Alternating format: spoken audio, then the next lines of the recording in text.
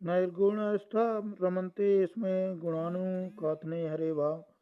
ज्ञानी को अभिमान सताता है, भक्त को नहीं। भक्ति के अनेक सद्गुण को लाती है। भक्ति सर्व गुणों की जननी है। भक्त का नम्र होता है, भक्त विनीत बनता है। भागवत कथा जो कथा पाप दूर करे और प्रभु के प्रति प्रेम जागृत करे, वही सच्ची भागवत कथा है। भगवान की कथा और भगवान की स्मरण से हृदय को आर्द्र बनाओ, उसके मंगलमय नाम का जप करो, यही कलयुग में मुक्ति पाने का मार्ग है।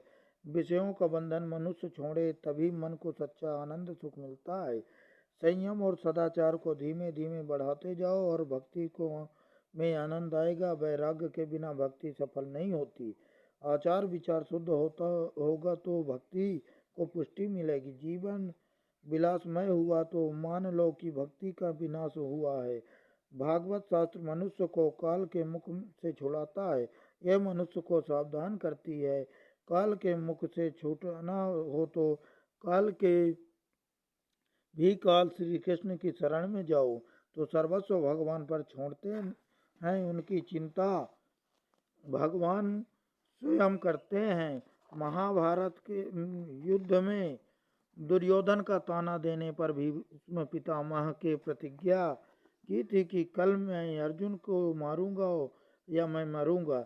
इस प्रतिज्ञा से सब घबराए, कारण कि यह भीष्म पितामह की प्रतिज्ञा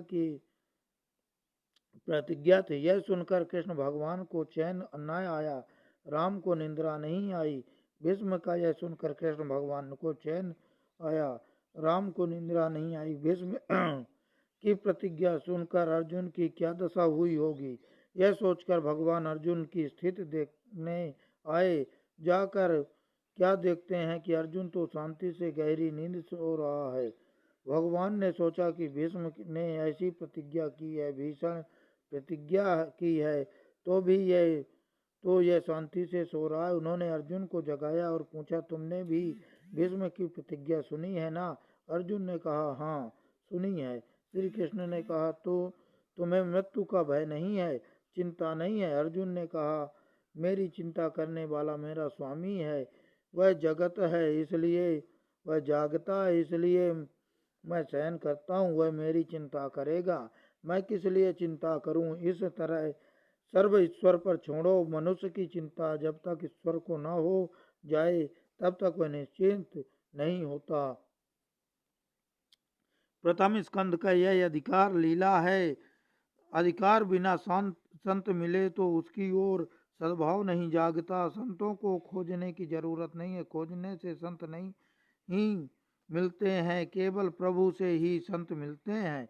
आखिर जब तक मन शुद्ध नहीं होगा तब तक प्रभु की कृपा नहीं होगी, तब तक मन दुर्जन नहीं होगा, संत नहीं मिलते। नहीं संत बनोगे तो संत मिल जाएंगे। संत देखने की दृष्टि देते हैं कि संसार के पदार्थों को देखते हैं, देखने में आनंद है, उनके उपभोग में आनंद नहीं है। संसार यह ईश्वर का स्वरूप है, इस कारण से जगत में को ईश्वरमय देखो।